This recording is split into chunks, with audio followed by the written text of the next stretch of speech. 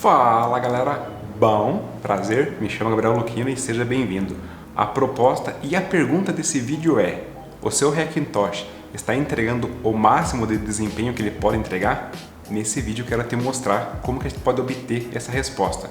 Por mais que o seu Hackintosh esteja totalmente funcional, você esteja utilizando ele no dia a dia, às vezes você pode estar perdendo algum desempenho e nem sabe disso. E melhor ainda, às vezes dá até para melhorar o cenário dependendo da situação. Eu começo os testes e ferramentas e tudo mais pelo Windows e depois a gente vai para dentro do macOS elaborar os mesmos testes e fazer as comparações. O vídeo de fato ficou um pouco longo, eu gosto de falar, mas enquanto os testes estão sendo realizados, eu tento sempre trazer um pouco mais de conhecimento a vocês, explicando às vezes um item ali, um item aqui, que no final a gente consegue somar tudo isso e ter às vezes um bom resultado, um bom embasamento técnico para entender tudo o que está acontecendo. Combinado? Então bora pro vídeo e curtam o conteúdo.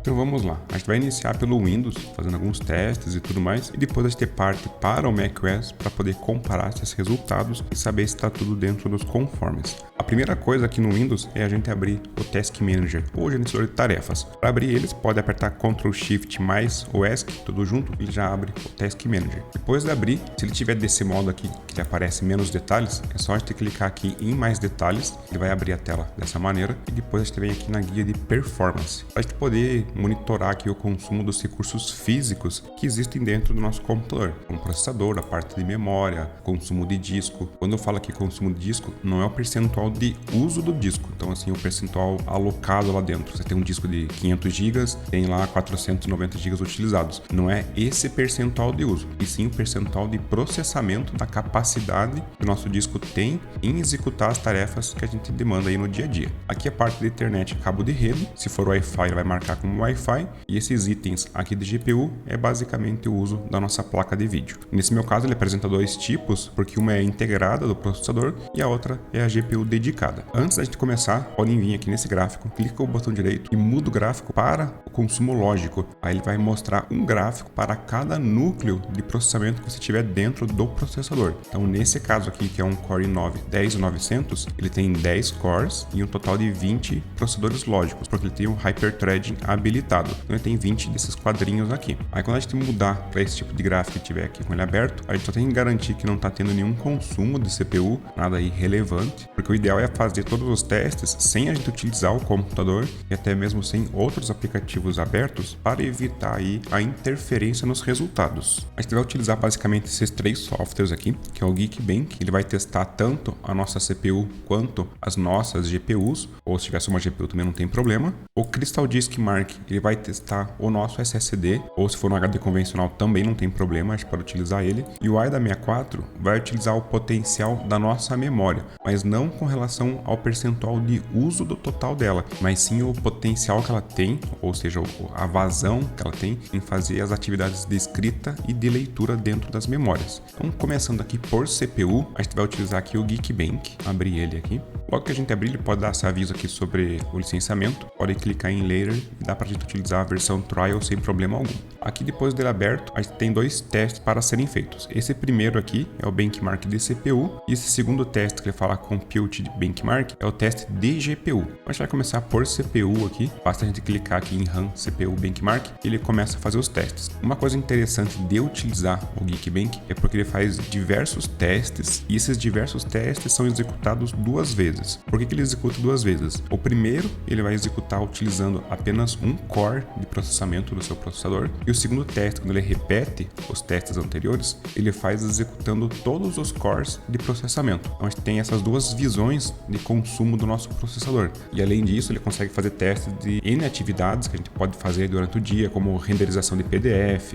navegação na web, a parte de Ray Tracing, que pode ser feito processamento por CPU, a parte de compressão de texto, compressão de arquivos. Então ele tem uma série aí de testes, por isso eu gosto de utilizar ele para fazer os testes de CPU, para depois fazer as comparações. Notem que inclusive agora ele começou a mostrar praticamente todos os gráficos com quase 100% de uso. Isso é porque ele começou a fazer o teste de multicore. Antes apenas estava um ou dois núcleos aí tendo utilização mais elevada, porque era o teste de apenas um core físico lá dentro do nosso processador. E aqui ele começou então a fazer o teste multicore. São as duas visões, os dois panoramas que ele nos dá aí de resultados depois quando ele concluiu os testes. O legal também do Geekbench é porque ele gera uma pontuação pra gente, e é essa pontuação que a gente vai usar depois lá dentro do macOS para poder fazer algumas comparações. E se você, por exemplo, não tiver o Windows para fazer esse teste aqui com o Geekbench, a gente pode utilizar uma própria base de dados que o Geekbench tem, porque toda vez que a gente executa aqui os testes, eles são automaticamente enviados para a empresa do Geekbench e ela mantém esse repositório público, onde a gente pode consultar aí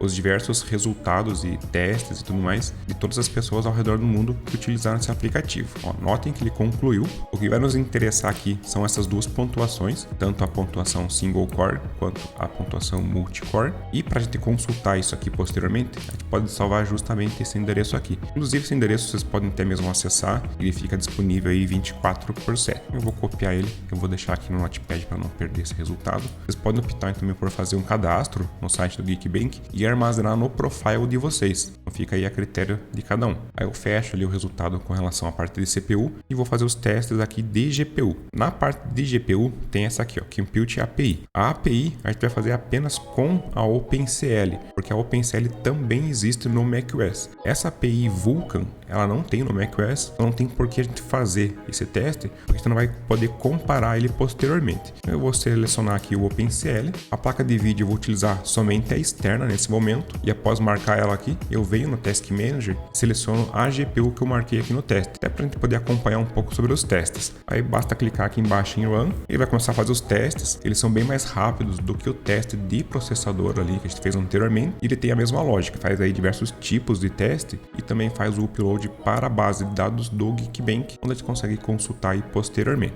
Tem que ele concluiu, ele já fez automaticamente a abertura aqui do browser e tem justamente a pontuação aqui. Então ele vai marcar o OpenCL Score e o que nos interessa é essa pontuação. Para não perder ela, eu vou salvar essa URL, vou deixar salva aqui no meu Notepad. Posso fechar esse resultado, posso fechar também o Geekbench, porque até aqui a gente já utilizou o que precisava dele. O próximo teste que a gente vai utilizar é esse Crystal Disk Mark. Ele mede aí o potencial tanto de escrita quanto de leitura do nosso HD, seja ele um SSD ou um HD convencional, não tem diferença. O que a gente vai fazer antes de iniciar os testes é vir aqui selecionar o HD que a gente vai usar para fazer os testes. Notem que aqui nesse menu a gente consegue selecionar qual unidade, né, que vai ser feito o teste. Nesse meu caso eu tenho somente um SSD dentro dessa máquina, então tem apenas a unidade de C2 pontos. Aqui é o tamanho do teste que ele vai fazer. Eu deixo aqui geralmente em 4 GB, por padrão ele vem com 1 GB. A gente pode mudar aqui para 4 GB para a gente conseguir fazer um teste um pouquinho mais amplo. E aqui é a quantidade de repetições que ele vai fazer o teste. Isso porque ele pode fazer diversas vezes e te entregar o resultado da média. Aqui por padrão ele vem 5 e eu acabo mudando para 3. Então ele faz 3 vezes cada um desses testes e depois ele traz para a gente aqui nesses resultados a média desses 3 testes. Então após de configurar ele dessa maneira, a gente vem aqui, clica em All, ele vai fazer diversos testes no nosso disco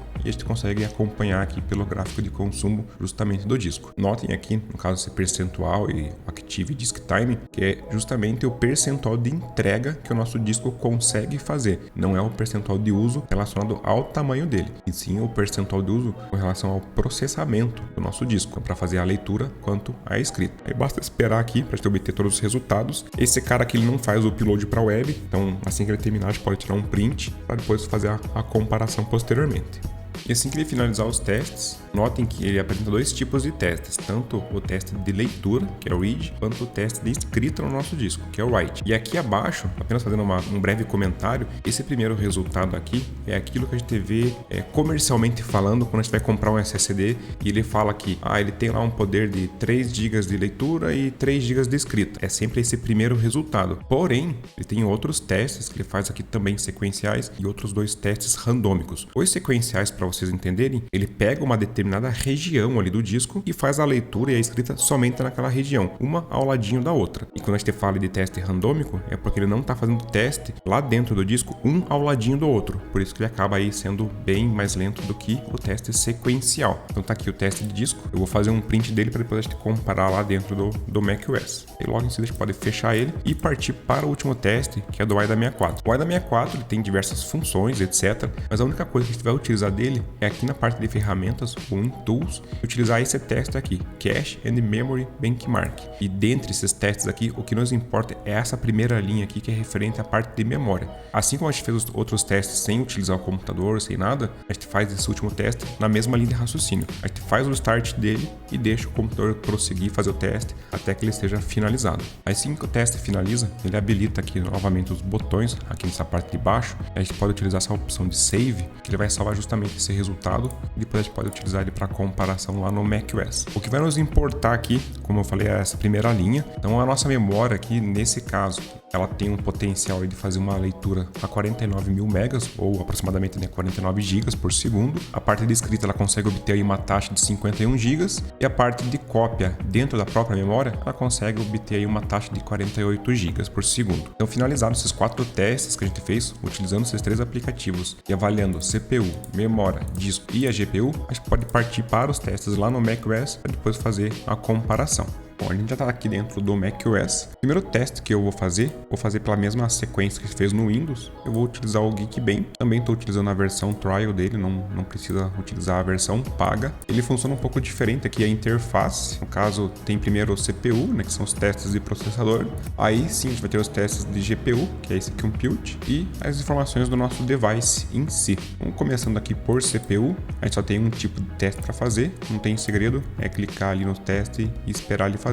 Diferente do Windows, que eu uso o Task Manager, eu uso essas opções aqui em cima. Ele é um aplicativo chamado Stats. Eu vou deixar ali na descrição também o link para acesso a ele. Ele é muito semelhante a um outro aplicativo chamado iStats. A única diferença é que um é pago e o outro não tem custo nenhum, que é esse aqui que eu estou utilizando. Ele é disponibilizado inclusive ali na plataforma do GitHub, e além do aplicativo, eles também disponibilizam o código-fonte dele. Então, se você quiser baixar ele, quiser fazer alguma alteração, pode até mesmo alterar, compilar a sua própria versão. Aguardar aqui o teste de CPU, e assim que ele terminar já procede com os demais testes. E aproveitando que a gente está falando sobre os testes de CPU, ele funciona exatamente da mesma maneira que o Windows. Vai fazer o primeiro teste utilizando apenas um core do processador, né, um núcleo, e o segundo estágio do teste ele faz utilizando aí todos os cores. Inclusive a gente consegue até perceber isso pelo próprio gráfico de consumo. Nesse pedaço aqui é quando ele estava fazendo o teste de apenas um core, então ele utiliza aí no máximo 10% do processador, porque esse processador aqui tem 10 núcleos, como ele está utilizando apenas um, é 10%. E aqui nessa segunda parte do gráfico, a gente consegue aí praticamente compreender que são os testes multi-core, ou seja, utilizando a capacidade máxima que o nosso processador consegue entregar de resultado. Ele finalizou os testes, aí eu fiz um pequeno corte no vídeo ali, já para deixar abertos os dois resultados. A gente tem aqui do lado esquerdo o resultado que ele obteve nesse teste aqui com o macOS, e aqui do lado direito, então a gente tem o resultado que ele obteve com o Windows. Notem que as pontuações elas estão bem semelhantes, tanto no multicore quanto no single core, e essa diferença que existe, ela é perfeitamente normal, pode acontecer, não tem problema algum. Essa diferença só vai significar de fato um problema ali com o seu Hackintosh, caso tenha uma diferença muito grande aí, a partir de 10, 15, 30% de diferença. Fora isso, é perfeitamente comum. Aí mais abaixo aqui, inclusive, ele mostra a data e hora que eu executei ambos os testes, ele marca a informação do sistema operacional. Nesse caso aqui do macOS, estou utilizando o Monterey, o Beta 6, e no caso do Windows, estou utilizando o Windows 11 Pro, também é uma versão beta aí do sistema operacional da Microsoft. E daí, claro, mais para baixo a gente consegue ver todas as especificações aqui do hardware, consegue ver o tipo dos testes que foram feitos e assim por diante. Então, como conclusão aqui para o consumo, né, e processamento de CPU, os testes estão positivos, estão ok, não há diferença alguma entre o Windows e o nosso Hackintosh aí rodando o macOS. O próximo teste que a gente vai fazer, também utilizando o Geekbench, é o teste da placa gráfica. Eu vou fazer o teste de OpenCL, aqui a gente pode fazer o teste de metal também, que seria algo semelhante ao Vulkan que a gente tem lá dentro do Windows. Só que como são APIs diferentes, a gente não pode fazer a comparação entre elas. Então a única que a gente pode fazer a comparação aqui é o OpenCL, então eu vou utilizar ele. Vou me certificar de apenas selecionar a placa de vídeo que a gente também fez o teste dentro do Windows, fazer o teste logo na sequência. E aqui, enquanto o teste roda, a gente também pode conferir aqui em cima no percentual de GPU como ela está sendo consumida. Lembrando que esse aplicativo aqui é o mesmo aplicativo ali de CPU, é o Stats que existe para o Mac. Eu deixo ali na descrição o link para download. Então aqui já fiz o corte, igual eu fiz ali com o CPU. Estão abertos os dois resultados. Aqui do lado esquerdo, o resultado obtido aqui no macOS, e do lado direito, o resultado obtido na plataforma do Windows. Notem que, de fato, os testes aqui de GPU para a API de OpenCL, aqui no macOS, infelizmente, ela ficou um pouco pior. Foi um bom percentual menor que se comparado ao Windows. O que a gente conclui com isso? Que de fato o driver que está sendo utilizado no ambiente do Windows é realmente melhor do que o driver que está sendo empregado e utilizado aqui no macOS, só que diferente do Windows, no macOS você não consegue fazer a instalação de outros drivers. Essa pontuação aqui a gente até pode melhorar, dependendo do Hackintosh que a gente tem, através da SMBIOS. Porém, isso aqui acho que é um assunto até para um próximo vídeo, mas tirando como conclusão aqui, ele teve uma pontuação menor e de fato aí um desempenho menor se comparado, né, ao sistema Windows. E agora o próximo teste é referente ao disco. Para manter ali a mesma ordem que a gente fez no Windows, a gente tem duas opções fáceis de utilizar. A gente tem esse Amorphous Disk Mark, que ele é muito semelhante à ferramenta que estava utilizando anteriormente no Windows. Basta a gente configurar aqui a quantidade de testes. No Windows a gente deixou 3, então eu vou manter 3 aqui. Lá no Windows a gente manteve 4 GB, então também vou manter 4 GB. Eu seleciono a unidade do macOS, que só é esse disco que eu tenho na máquina, e basta a gente clicar em All. Ele vai executar todos os testes, assim como ele fez dentro do Windows. Ele vai executar 3 vezes, vai pegar essa média das 3 vezes e vai deixar os resultados aqui na tela.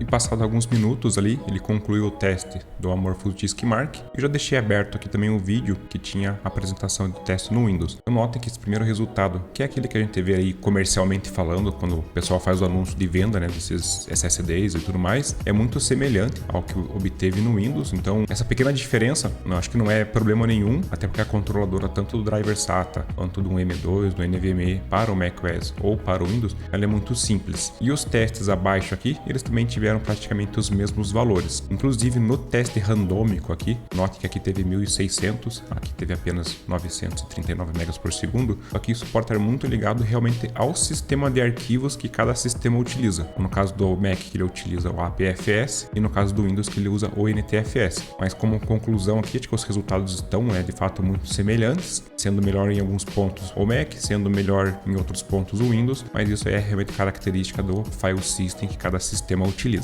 E aproveitando que estava falando sobre os discos, vou mostrar só esse outro aplicativo da Blackmagic. Ele é um pouco mais simples que o Amorphous Disk Mark, porém basta clicar aqui no Start e ele vai te mostrar tanto a taxa de escrita no disco quanto a taxa de leitura. Notem que ele fica repetindo os testes e realmente os resultados eles podem e devem ficar variando, porque nunca vai ser sempre a mesma coisa a execução de um teste com o outro. E é legal que aqui embaixo já até mostra algumas compatibilidades aqui para quem faz a edição de vídeo ou trabalha enfim nessa área de audiovisual. Aí para parar o teste é só clicar de novo aqui no botão de Start e ele para de fazer o teste logo imediatamente. E por último, restou então o teste de memória, que é aquele que a gente fez com o AIDA 64, só que no macOS não existe aquela aplicação. Aí o que a gente tem de muito semelhante, que é o mesmo tipo de teste, também é uma ferramenta desse Amorphous, só que em vez de ser Amorphous Disk Mark, ele é Amorphous Memory Mark. Aí aqui nessa terceira opção, a gente tem que marcar essa última, dentre essas 4 que aparecem, que é o mesmo teste que o AIDA 64 faz. Porém, lá no AIDA 64 a gente não tem ideia que tamanho de memória que está utilizando e nem mesmo a quantidade de testes. Aí eu vou pegar por padrão aqui, tipo 4 GB, acho que é um tamanho bom para fazer teste dentro, da nossa memória RAM. Vou manter a mesma quantidade de testes que eu fiz com os discos, no caso 3 testes. E depois de fazer essa configuração, clique em All e aguardo ele fazer a finalização dos testes. Ele finalizou os testes, eu já até deixei aberto aqui o resultado do AIDA. Para a gente ter efeitos de comparação, essa primeira linha aqui do teste, que é esse SEC 128K, é o mesmo teste que o AIDA faz nas memórias. Então a gente obteve aí valores praticamente próximos, aí uma taxa de 47 GB tanto para leitura quanto para escrita, e aqui no Windows a gente teve aí 49 GB de leitura e uns 51 GB de escrita. Essa diferença, no meu ponto de vista, também não é uma diferença gritante, acho que está dentro do aceitável, vai até mesmo de acordo aí com cada sistema operacional acaba trabalhando e ele é otimizado. Eu que iria de fato apresentar, se tivesse algum problema muito gritante com o gerenciamento de memória entre o Windows e o seu Hackintosh, de algo aí a mais de talvez 20%, 30%, aí eu acredito que realmente significaria algum problema. Mas nesse caso aqui, o teste está bem ok, e esses outros 3 testes ele marca aqui abaixo da primeira linha. Infelizmente no AIDA a gente não tem, eu também não localizei nenhum software para Windows que faça esse tipo dos testes. Caso vocês saibam, deixem nos comentários, eu posso refazer os testes, trazer o resultado para vocês, mas aqui como conclusão, eu acredito que tanto no Windows quanto no macOS, o uso das memórias estão bem ok e nada fora do esperado. por último, quero mostrar para vocês, a gente pode consultar o próprio banco de dados da Geekbench. Para acessar ele, é browser.geekbench.com. A partir dele, a gente consegue visualizar tanto os nossos resultados, caso a gente faça o login na plataforma e crie o nosso usuário, quanto a gente também pode pesquisar por outros resultados, tanto de CPU quanto da parte gráfica. Para fazer essas pesquisas, basta selecionar sempre esse último link aqui de Search, nesse caso de CPU, ou Search de Compute, que é a parte de GPU. Aqui para a CPU, o que a gente tem que colocar? O modelo do nosso processador, e a gente também pode informar qual é o sistema que a gente está utilizando, né? No caso, qual é a plataforma que está utilizando. Para exemplificar, o que eu vou fazer? Vou colocar aqui um 11900K e macOS. Vai trazer todos os resultados que ele encontrar de pessoas utilizando aí esse modelo de processador com a plataforma macOS. E a partir daí, a gente consegue ver tanto os resultados single core quanto multicore. Inclusive, a gente pode até clicar sobre o resultado aqui para ver todo aquele relatório por completo. Aí com isso a gente consegue inclusive fazer uma comparação com o hardware que a gente tem, às vezes até mesmo estimar um upgrade que a gente quer fazer ou algo parecido. Outra coisa importante de notar quando a gente faz essas pesquisas é a discrepância que pode existir entre os resultados que são apresentados aqui na plataforma quanto os resultados que você obteve. Se eu pegar aqui, por exemplo, o modelo que eu tenho do processador, que é o 10900K, vou colocar aqui em macOS. Ele vai me trazer todos os resultados. Notem que a grande maioria é próximo dos valores que eu obtive ali nos testes, mas se a gente continuar varrendo aqui, é capaz de encontrar valores assim muito diferentes. Podem ser, claro, diferentes para menos. Às vezes a pessoa fez um underclock para diminuir a temperatura, ou enfim, algum outro tipo de modificação, quanto uma pontuação muito maior. Aí isso significa o quê? Se a pontuação for muito maior, provavelmente a pessoa está trabalhando aí com overclock naquele processador, naquele setup. A gente tem que levar tudo isso em consideração na hora de utilizar essa base de dados aqui. Mas é uma coisa assim que quebra bastante o galho, principalmente se a gente não tiver o Windows para poder fazer os testes ali da nossa máquina, mas quiser ter essa comparação. E além dos testes aí de CPU, a gente também consegue fazer os testes na parte gráfica. Aqui eu posso colocar o modelo da GPU, vou colocar aqui 6900XT, e ele vai me trazer tanto os resultados de Vulkan, vai trazer os resultados de OpenCL, os resultados de Metal, que é para a plataforma Apple. Então tem diversos resultados aí, plataformas que ele traz para a gente e que a gente consegue ir consultando. Aí sempre consultar também aqui essa guia plataforma para a gente saber de fato em qual sistema operacional que aquele teste foi feito. E se a gente quiser obter mais detalhes, é só ir clicando dentro dos relatórios e a gente consegue dando sempre uma olhada. Inclusive até esse aqui que eu cliquei, notem que é um OpenCL, foi feito no macOS, deixa eu ver aqui a versão. Foi feito no macOS 11.4, caso o Big Sur, e ele obteve só 4.000 pontos de OpenCL. Alguma coisa de errado devia ter aqui, porque é uma pontuação realmente muito baixa. Para OpenCL, tem exemplos aqui batendo quase 180 mil, 170 mil na plataforma Windows. E é claro, a partir dessa base aqui, dessas pesquisas, a gente consegue ir fazendo uma comparação com o nosso hardware, sempre levando em consideração aí da plataforma que a pessoa está utilizando, o tipo de máquina que a pessoa está utilizando e tudo mais. Aí para obter esses detalhes é sempre só clicar em cima do relatório, traz a informação para a gente mais completa de fato, né? Do que tem, do que foi possível captar naquele relatório em si que você desejou obter os detalhes.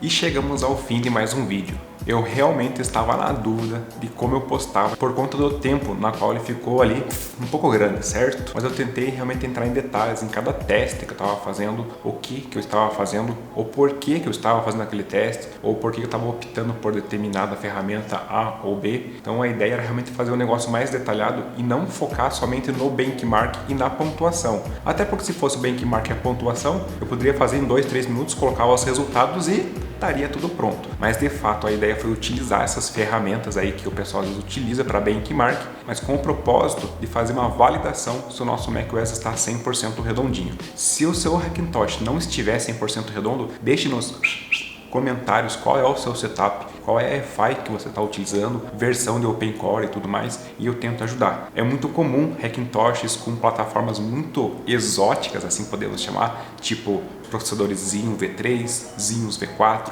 V2, V1, ou até mesmo aquelas linhas tipo Extreme, a linha X99, a linha X299, enfim, essas linhas que são mais exóticas, às vezes tem uma discrepância e bem grande de desempenho. Porém, contudo, entretanto, às vezes tem solução para isso também. Mas, qualquer coisa, compartilhe nos comentários e eu tento ajudar vocês. Combinado? Até o próximo vídeo. Valeu, falou, fui!